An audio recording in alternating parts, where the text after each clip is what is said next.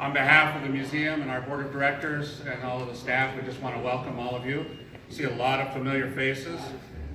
Since you are going to be captive here and a captive audience for a short time, John and I have a few things we wanted to run by you. One, on my part, the NHRA Museum has a number of things that are going on this coming year that are pretty exciting, starting with the end of last year and the acquisition of 2 new vehicles to the collection that are actually really important to us.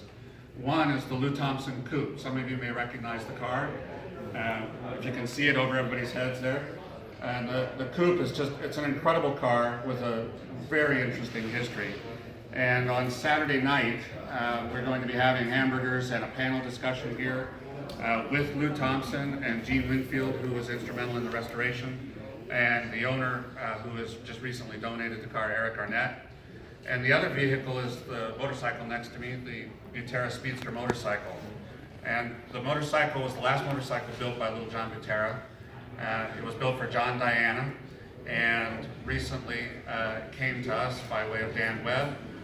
When John was ill late in his life, he gave the bike to Dan to find it a permanent home, and that home is now here at the NHRA Museum. So if you have a chance, look at the bike.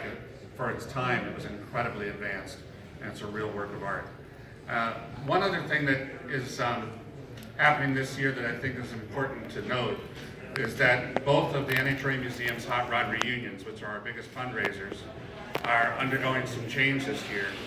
In Bowling Green, Kentucky, at the Holly National Hot Rod Reunion, it'll be the first time that we'll have both fuel classes competing for points in the Hot Rod Heritage Series. So if you're a fan of Top Fuel or Funny Car, don't miss the Holly Hot Rod Reunion this year, because it's going to be quite different with those guys competing for points. The other big news down there is that the Nostalgia Drag Racing League is partnering with us, and they had formerly done a separate event in the Southeast in a similar time frame, and now they're bringing all of their racing classes into the Holly National Hot Rod Reunion. So there'll be a lot of exciting new action, new classes, new people. So the event really promises to grow. And with our partnership with the National Corvette Museum, we're also doing some other exciting things along the way that you'll be hearing more about. In California, at the California Hot Rod Reunion, another big change.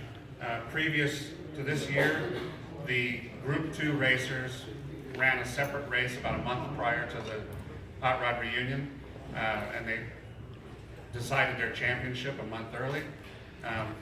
Now we're going forward with agreement with all of the Hot Rod Heritage Series operators, and the California Hot Rod Reunion will be the championship for the Heritage Series. All classes will be racing for the championship at the Hot Rod Reunion, so we're very excited about that. It gives those guys a chance to race in front of a big crowd, and it's just going to be really exciting and add a lot to that event. So 2 very big kind of moves on the museum's part. And I encourage you to go through the museum. I know a lot of you will say you've been here before, but go through the museum. There's a lot of new stuff, a lot of new things happening. There's some big additions to the collection and some even bigger ones planned for this year. So we encourage you to look around and also watch for news coming out of the museum with some of the new things that we're doing.